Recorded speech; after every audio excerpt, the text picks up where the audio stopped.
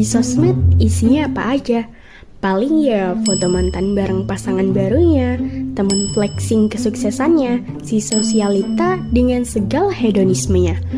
Untung-untung kalau isinya cuma spill barang-barang dan racun-racun marketing yang bikin kalian check out sana-sini. Karena video ini buat kalian yang hobi belanja online. Tahukah kalian sejarah awal bagaimana sosial media beralih menjadi media promosi hingga jual beli? Yuk simak kita kupas tuntas how social media as marketplace. Check it out!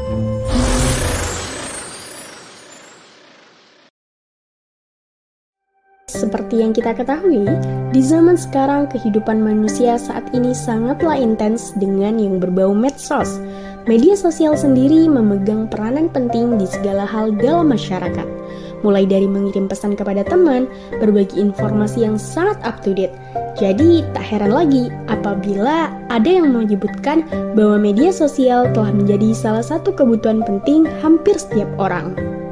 Seperti dalam kutipan Lewis pada karyanya yang berjudul Social Media and Strategic Communication Attitudes and Perception Among College Students yang terbit pada tahun 2010 menyatakan bahwa media sosial merupakan suatu label yang merujuk pada teknologi digital yang berpotensi membuat semua orang untuk saling terhubung dan melakukan interaksi, produksi, dan berbagi pesan. Pada tahun 1844, Samuel Morse mengirimkan pesan telegraf pertama melalui serangkaian titik dan garis elektronik sebagai pembuka jalan bagi komunikasi digital. Namun, baru pada tahun 1969, Advanced Research Project Agency Network atau ARPANET muncul sebagai cikal bakal internet modern. Pada tahun 1987, peluncuran ADSFNet semakin memperluas konektivitas digital. Namun, tonggak sejarah media sosial adalah pada tahun 1997 dengan munculnya 6degrees sebagai platform pertama yang menghubungkan pengguna dengan teman dunia nyata. Di awal milenium, Friendster muncul pada tahun 2001, disusul oleh LiveJournal dan Blogger. Tahun 2002 melihat kemunculan LinkedIn untuk para profesional di berbagai bidang. Kemudian, pada tahun 2003, MySpace merajai panggung media sosial dengan fitur berbagi musik. Namun, kejayaannya terguling oleh Facebook pada tahun 2008. Google juga mencoba peruntungan dengan Google Plus pada tahun 2012, meskipun terjerumus dalam kontroversi keamanan data. Secara media sosial mencerminkan perkembangan teknologi digital dan budaya daring, membawa pengalaman dan penghubungan yang lebih luas di dunia maya. Dari titik-titik Morse hingga miliaran pengguna di platform-platform terkemuka, media sosial telah menjadi bagian integral dari kehidupan modern. Sejarah pemasaran media sosial sendiri dimulai seiring dengan perkembangan media sosial yang menjangkau khalayak massal. Seperti salah satunya yaitu Facebook, di mana Facebook menjadi pionir dalam membuka jalan bagi pemasaran media sosial pada tahun 2006 dengan peluncuran iklan Facebook. Platform lainnya seperti Twitter, Instagram, dan LinkedIn juga turut memainkan peran penting dalam perkembangan pemasaran media sosial. Salah satunya yaitu munculnya influencer seperti Jeffrey dan PewDiePie juga menjadi bagian integral dari pemasaran media sosial, di mana mereka memberikan pengaruh besar terhadap audiens mereka dan menjadi pilihan strategi pemasaran yang efektif bagi merek. Tren terbaru dalam pemasaran media sosial meliputi integrasi perdagangan sosial dengan platform media sosial seperti Instagram dan TikTok, serta pertumbuhan fenomena mikro-influencer. Selain itu, perkembangan konsep metaverse juga memberikan peluang baru bagi evolusi pemasaran media sosial di masa depan. Menurut Kementerian Komunikasi dan Informatika, pengguna internet di Indonesia saat ini mencapai 63 juta orang, dengan 95% dari mereka menggunakan internet untuk mengakses jejaring sosial. Situs jejaring sosial yang paling banyak diakses di Indonesia adalah Facebook dan Twitter. Selain itu, jejaring sosial lain yang dikenal di Indonesia adalah Pet, Line, Google, dan LinkedIn. Pemasangan iklan dan monetisasi.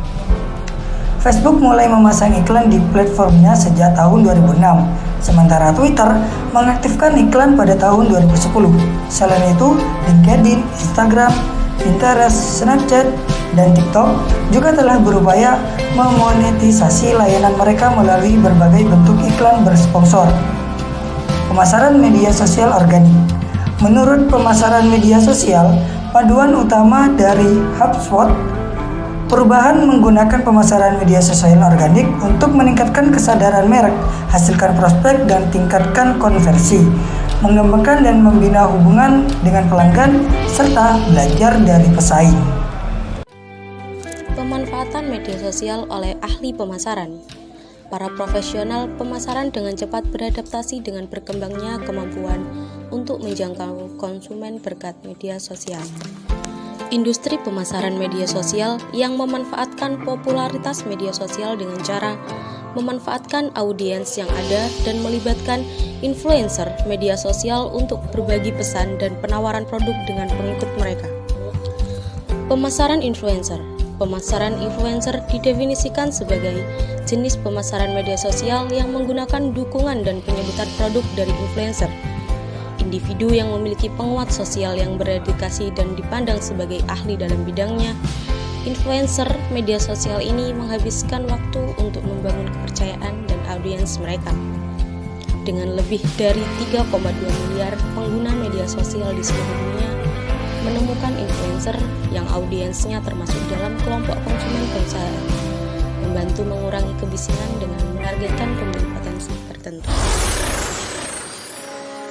Media sosial sebagai marketplace punya berbagai manfaat dan keuntungan. Yang pertama, meningkatkan penjualan. Karena strategi marketing melalui media sosial efektif dan berpengaruh terhadap penjualan.